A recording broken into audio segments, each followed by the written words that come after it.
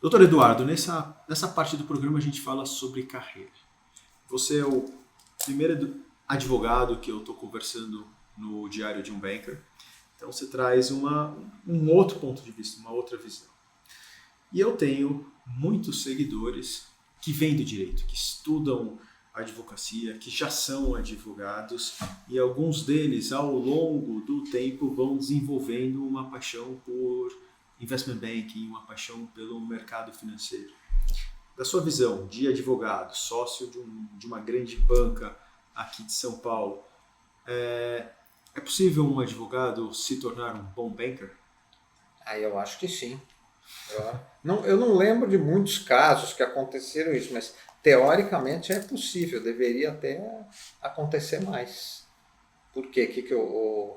Bom, a gente estava conversando antes, né? Você falou uma coisa que eu achei muito judiciosa, que é o seguinte: se esse advogado ele aprender elementos de matemática financeira, conseguir fazer bem, ele tem a lógica das transações e ele consegue cobrir toda a área. Porque às vezes você tem o assessor financeiro, mas você percebe que não é só que ele não teria que conhecer as leis, mas ele teria que ter uma organização mental das estruturas negociais na cabeça dele. Por que uma cessão de crédito é diferente de um empréstimo, por exemplo? E ele não tem. Ele confunde uma coisa com a outra, às vezes supre com um termo em inglês, aquela coisa. Um advogado bem formado teria essa noção. Mas geralmente faleceria ele a capacidade de fazer os cálculos matemáticos, fazer a avaliação das empresas, etc. Agora, esse advogado que se formasse bem para isso teria essa vantagem. E, me referindo ao começo daquela conversa, se ele fosse é mais intuitivo para nós advogados o tema do combater o conflito de interesses, dos temas de ética, que não é a mesma coisa, ética e direito, mas são aparentadas. Óbvio que nenhuma profissão tem monopólio da ética, mas é uma prática mais comum você estar pensando nas regras que regem a sua profissão se você é advogado. Então, se ele trouxesse essa coisa também, ele eliminaria certos conflitos de interesse e poderia entender que, às vezes, a honestidade é o melhor negócio. Se ganha... Eu tenho a convicção que no mercado, talvez, de bancos, você ganharia muito mais seguindo exatamente o interesse do seu cliente e passando isso, porque isso traria para você uma quantidade de negócios que hoje não são capturadas. E aí você trouxe um terceiro elemento que eu nunca tinha colocado na mesa, que é o fato do advogado estar vacinado para conflitos de interesse. Tendencialmente mais vacinado. Tá bom, tendencialmente mais vacinado, porque até da forma que advogados e bankers se relacionam com seus clientes. O banker está sempre buscando a taxa de sucesso, e a taxa de sucesso depende do sucesso da transação. O advogado já tem uma forma de contratação mais flexível. Os clientes aceitam pagar para o advogado por sua hora de trabalho, pela sua contribuição na transação, a despeito do desfecho da transação. Então, eu acho que esse terceiro viés é importantíssimo e vai realmente traduzir num profissional do mercado financeiro, no investment banker mais completo, capaz de adicionar mais valor. Ou seja, para o advogado não se influencie pelo mercado financeiro, influencia o mercado financeiro. Maravilha. É isso que é. E talvez tenha um quarto elemento, assim. Opa! Esse quarto elemento é o seguinte: como a advocacia é uma profissão relacional, você aprende, bons advogados de negociação têm essa característica, a fazer a leitura do outro. Então, às vezes a ligação mais literária que alguns de nós têm com a literatura e tal, também ajuda a conhecer o outro, a conhecer a psicologia humana. Então, isso tudo ajuda também o negócios a se realizar no banco de conhecer o ser humano, porque o ser humano é o começo e o fim de tudo. Né? Tem uma pergunta que eu gosto de fazer para todo mundo. Quando você vai contratar uma pessoa júnior para o seu escritório, o que você está buscando? O que te faz brilhar os olhos num novo talento? É tanta coisa, né? Talvez, ó, já estou falando de literatura, é um bom lugar para citar Tolstói. Todas as famílias felizes são iguais, mas as famílias infelizes são infelizes, cada uma da sua própria maneira. Ou seja, tem muita coisa que pode dar errado. Agora, coisas que chamam a atenção, primeiro, a pessoa ser autocentrada, não ser alguém que está sempre olhando tendências que estão de fora, alguém antenado para o que está acontecendo no mundo. Mas não ache que tem necessariamente que se adequar às tendências, às vezes, não tão boas que estão acontecendo fora. A pessoa tem que ter espinha dorsal. Cada vez mais, hoje em dia, com o mundo da hipercomunicação e tal, esse tema da espinha dorsal é absolutamente necessário para um profissional dar certo. Porque senão ele vira um joguete de modas, modismos, tendências que não vão levar ele a lugar nenhum. Nem ele, nem os outros que estão seguindo a mesma coisa. Aí ele tem outras coisas que poderiam dar errado e, portanto, você busca o contrário para dar certo, é o conhecimento, ou a capacidade de se aperfeiçoar, de disposição para estudar. O que é mais importante? Eu acho que a primeira é mais importante porque ela é uma característica emocional, ela estraga todas as outras se ela não estiver presente. E escola? Faz diferença? É uma faculdade X, faculdade Y, tem alguma faculdade que você não contrata de jeito nenhum? Como é que você aborda isso? Não, a gente não tem isso. O escritório ele aplica testes nas pessoas. E tem, claro que tem faculdades que são mais tradicionais, então o vestibular é mais difícil. Tendencialmente ela fez um pouco do trabalho de seleção, mas não é garantia. Você deve ter, a gente sempre procura ter olhos para outras pessoas, um olhar mais aberto, porque às vezes uma pessoa que superou dificuldades, desde que ela seja boa, desde que ela tenha de fato superado a dificuldade, né? Sempre, ela superou mais dificuldades para estar ali, então ela merece uma chance. Não tem nada a ver com o sistema de favorecimento da etnia X, da etnia Y, a cota X. É simplesmente ver aquela pessoa que está na sua frente com os olhos abertos. Muitas vezes você encontra. Então não se deve ter essa restrição. Essa é uma convicção que eu tenho. Que existem ótimos talentos em absolutamente todas as faculdades. E o meu envolvimento num programa chamado You in Banking deixou isso evidente. Porque algumas pessoas tiveram boa instrução, tiveram acesso a recursos financeiros, e aí a sua família trouxe uma base que foi te colocando nas melhores formações, que levaram para as melhores faculdades, e essa pessoa que é ética, dedicada, vai se tornar um bom profissional. Mas existem pessoas com essas mesmas qualidades e até mais inteligentes que, por não ter a mesma infraestrutura de criação, eles não chegam no mesmo lugar. De repente, para uma pessoa que não foi para a faculdade, e eu não estou falando nem de dinheiro, tá? A pessoa não foi para a faculdade e conseguiu ganhar dinheiro e se fez. Para ela, fazer faculdade não é tão importante. E ele não vai cobrar isso dos seus filhos. Entendeu? Então eu tenho encontrado jovens extremamente talentosos vindo de absolutamente todas as faculdades.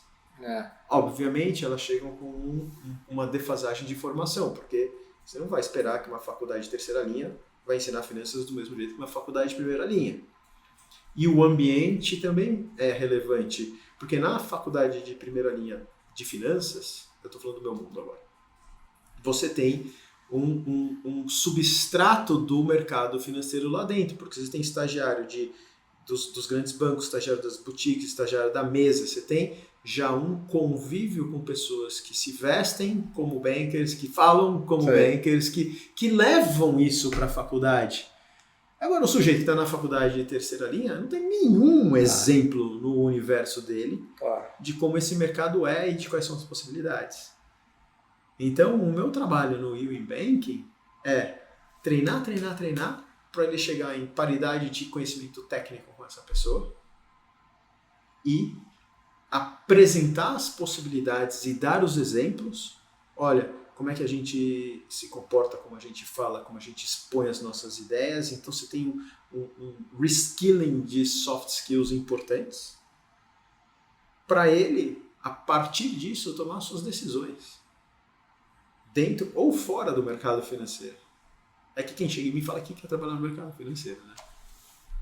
Eu acho isso. E qual a diferença disso da política plastificada, de ter um processo de ajuda à etnia X, à etnia Y? Por que isso que você está dizendo é mais valoroso do que isso? Porque você está olhando para a pessoa. Exato. Não é uma coisa estereotipada, né? Exato. Existe a sociedade anglo-saxônica que está um pouco dada ao estereótipo. Mas isso não. Você vai olhar aquela pessoa, vai dar a oportunidade dela de mostrar as qualidades que ela tem e essas qualidades aparecerão. É mais fácil na área de finanças? Porque a matemática ela é uma coisa mais...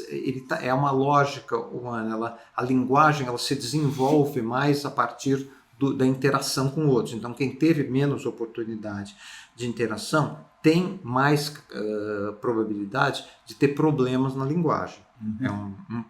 É o tema da dificuldade da pré-escola, dos primeiros momentos serem mais importantes, às vezes até do que a cota de universidade. Mas isso, que é uma convicção minha, não é uma coisa insuperável. Você encontra muita gente que ainda, geralmente é mais fácil nas pessoas que tiveram a vantagem de uma família estável, ninguém tem culpa de não ter tido. Exato. Né? E elas, então, ainda que aquela família tivesse dificuldades, tem estudos que mostram isso, sabe? Então, essa pessoa consegue com muito mais facilidade superar, porque a base emocional estava dada. Mas é mais fácil, talvez, em finanças, talvez um pouco mais difícil em direito, mas nas duas possível. Eu fui participar de uma dessas palestras de pensadores. O Cass faz muito disso, e eu fui em algumas, e ajuda você a pensar fora da caixa. Especialmente para uma pessoa tão dedicada para o mercado financeiro, né? Você acaba vivendo a mesma coisa e você não abre a cabeça. Então eu faço essas incursões em coisas diferentes. E aí ele me falou uma coisa que me deixou de queixo caído. Nova York. Nova York, ela era uma cidade de gangsters. Então, no final da década de 80, ela é uma cidade de gangsters, criminalidade lá em cima. Historicamente, isso vem dos mafiosos italianos que dominaram a cidade de Nova York. Depois, os mafiosos italianos, não querendo entrar em tráfico de drogas, eles deixaram esse vácuo para os latinos e para os negros. Sim. Tá? E isso é muito interessante porque os mafiosos italianos não se importavam de matar o concorrente, mas traficar droga era antiético. Vender cocaína não podia. Então surgiu uma nova criminalidade em Nova York, que obviamente estava num nicho de mercado muito em expansão, muito mais atrativo, que desbancou os gangsters italianos. E eles dominaram o circuito. E aí, na década de 90, você vê a limpeza da cidade de Nova York, você vê a tolerância zero, e Nova York começa a se retificar. E no Harlem, que é um bairro de negros, aconteceu um movimento muito interessante. Aquelas pessoas que iam para o caminho não criminal e trabalhavam duro, começaram a ganhar dinheiro, elas começaram a ficar no Harlem. Elas não saíam do Harlem. E ao ficar e mostrar o seu êxito para a comunidade, ela servia de exemplo para o jovem. E aí o jovem começou a ver que tinha duas possibilidades. Tinha o caminho do crime e tinha o caminho legal, o caminho do trabalho. E cada vez mais o crime foi sendo achatado e não valia a pena você terminar preso ou terminar morto no crime e buscar uma vida trabalhando. E eu vejo pouco disso aqui no Brasil. Você vê as pessoas dando muito pouco para a sua comunidade. Eu não quero generalizar e falar que todo mundo, na hora que se acerta na vida, vira as costas e não quer saber. Não é isso que eu estou falando. Mas acho que a gente precisa mais disso. A gente precisa de mais retribuição, de mais exemplos, de mais esperança na sociedade. Às vezes também dá para entender, né, que aquela comunidade está tão desorganização urbanística, às vezes eu acho que ela pesa tanto que a pessoa que ela melhorou, ela não quer ter mais nada a ver com aquilo. Né? Às vezes é físico, é do bairro, mas não precisa ser. Às vezes é de uma comunidade. Então é isso que eu estou tentando fazer no Ewing Bank. Eu estou tentando criar uma comunidade do Ewing Bank em que o meu alumni volte para o Ewing Bank, em que ele não vire as costas, que ele não voe solo e esqueça que a gente existe, porque ele precisa voltar e ajudar a próxima. E dar o exemplo, é interessante. E dar o exemplo, ajudar a próxima turma.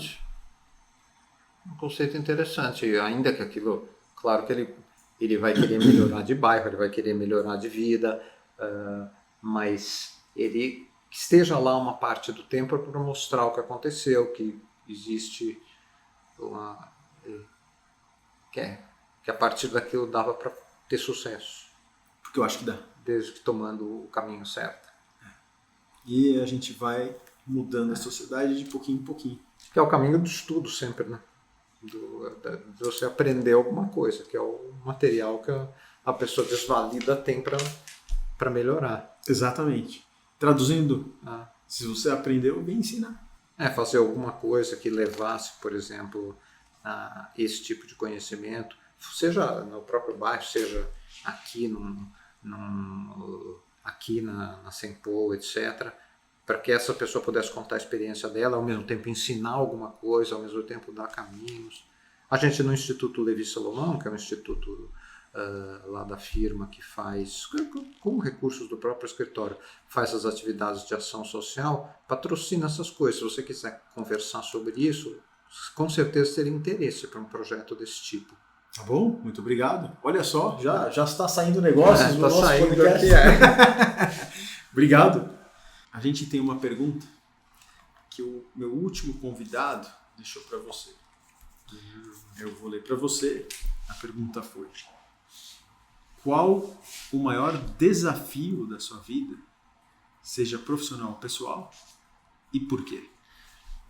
Graças a Deus eu não tive grandes desafios pessoais. Eu tive uma vida estável, tive sorte na minha profissão, é sempre uma coisa muito importante ter. Então, o desafio profissional é o que eu vou falar. O desafio profissional é você enfrentar uma característica do capitalismo, a destruição criativa.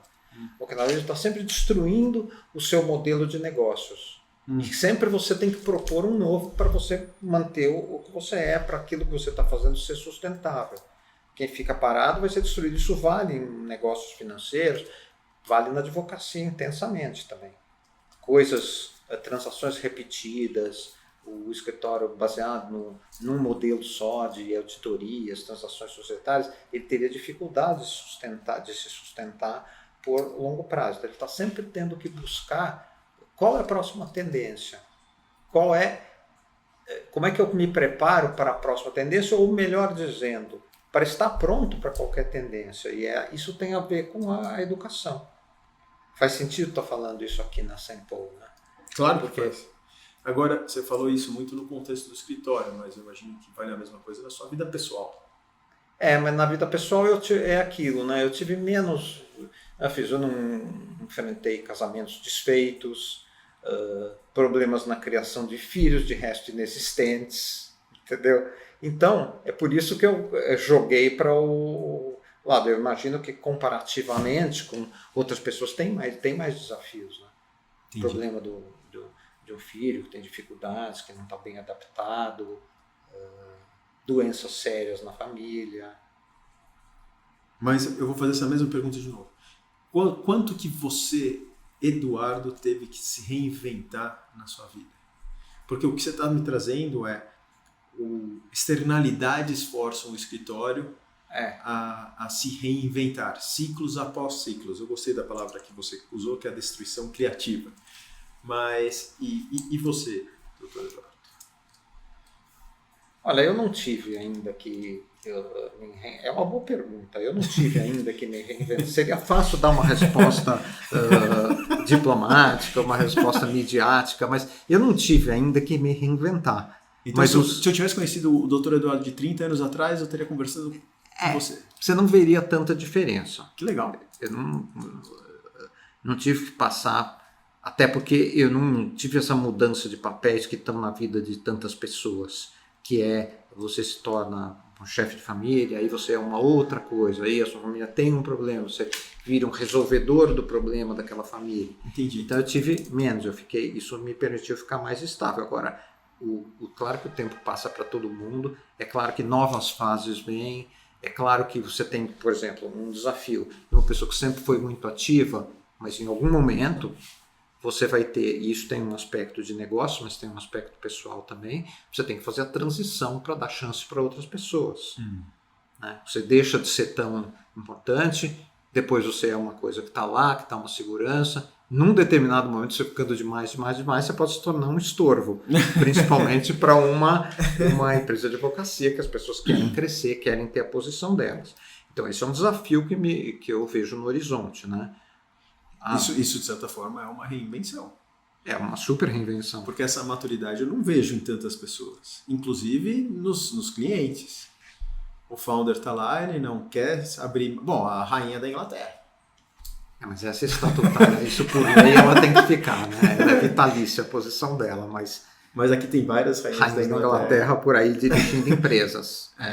Que o filho assume o negócio com 60 anos, com 70 anos.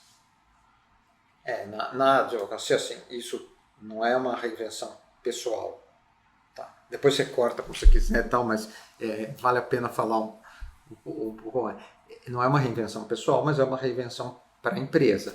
Você tem que ficar pelo tempo que você for necessário, mas ao mesmo tempo, para que aquilo continue, você tem que saber a hora de diminuir, de passar a sua participação para outros. Mas tem que ser no tempo exato e tem que ser no momento em que as pessoas estejam prontas, para que elas não distorçam também, elas têm que estar imbuídas daqueles valores.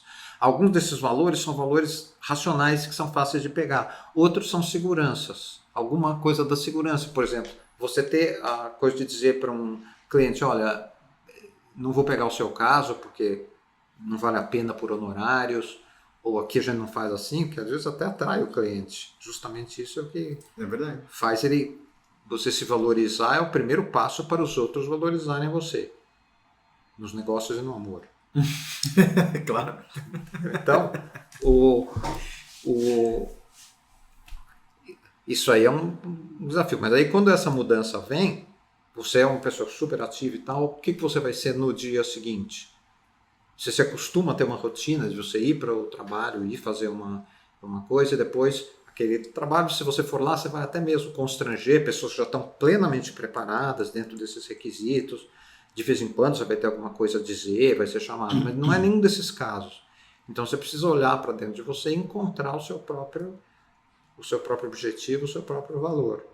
Olhando de fora, e eu nunca vivi isso, espero um dia ter que pensar nesse assunto e traduzir isso para o meu negócio, como é que eu vou lidar com isso, mas eu imagino que tem uma questão econômica também, porque você tem um advogado de envergadura, que de certa forma você tem o seu nome na placa do escritório, então você claramente é um nome importante no seu escritório. Em que momento que você começa a sair da frente de trabalho, dar espaço para outros, mas e como é que fica a equação econômica disso? Como é que você deveria continuar ganhando dinheiro? Você deveria abrir mão de dinheiro para as outras pessoas ganharem dinheiro? Ou isso faz parte da sociedade? Então eu imagino, olhando de fora, que se essas regras estiverem claras para todo mundo, estiverem estabelecidas, a transição é fácil. E isso tem que ser construído em algum momento. Ou ao longo do tempo, à medida que você vai sentindo o ambiente sem querer uma solução pronta. O que dá para dizer dessa distância é que um escritório de advocacia, uma empresa, se perdem pelos osos, por dois osos. Quando a pessoa que começou o escritório e tal, ela se torna o vaidoso, que quer aparecer sozinho, é desagregador. Claro. Ou ganancioso, quer ganhar sozinho e desagregador. Então, para responder aquilo mais específico que você falou, sim, você tem que aceitar ganhar menos e distribuir a sua parte para outros. Grande parte a gente já faz isso distribuir, não por distribuir, claro, tudo por dinheiro, quem quer dinheiro, obviamente isso aí geraria o caos, mas olhando o mérito das pessoas, comparando com o que elas poderiam fazer, o que está na medida delas, então está pronta para abrir mão. né? Mas sempre é um abrir mão meritório para você não passar, independente da sua necessidade de dinheiro e tal, mas porque o dinheiro é decorrência, né? Ele não deve nunca ser a primeira coisa. Mas até sob pena de prejudicar a própria capacidade da pessoa ganhar dinheiro. Exato. Agora, então tem esse momento de você achar o mérito de cada um e dar e saber abrir mão. Tanto da vaidade, não aparecer sozinho. Eu fico contente quando outros advogados são referência, quer dizer que o escritório deu certo. Um lugar, seria um super fracasso, um lugar que só os outros estão ali gravitando. Não acontece o nome deles, isso aí não é o que... E também que não ficam sempre dependentes financeiramente, eles têm que crescer, gerar os seus próprios casos, um dia administrar bem os casos que o nome do escritório trouxe também e participar disso. Muito legal.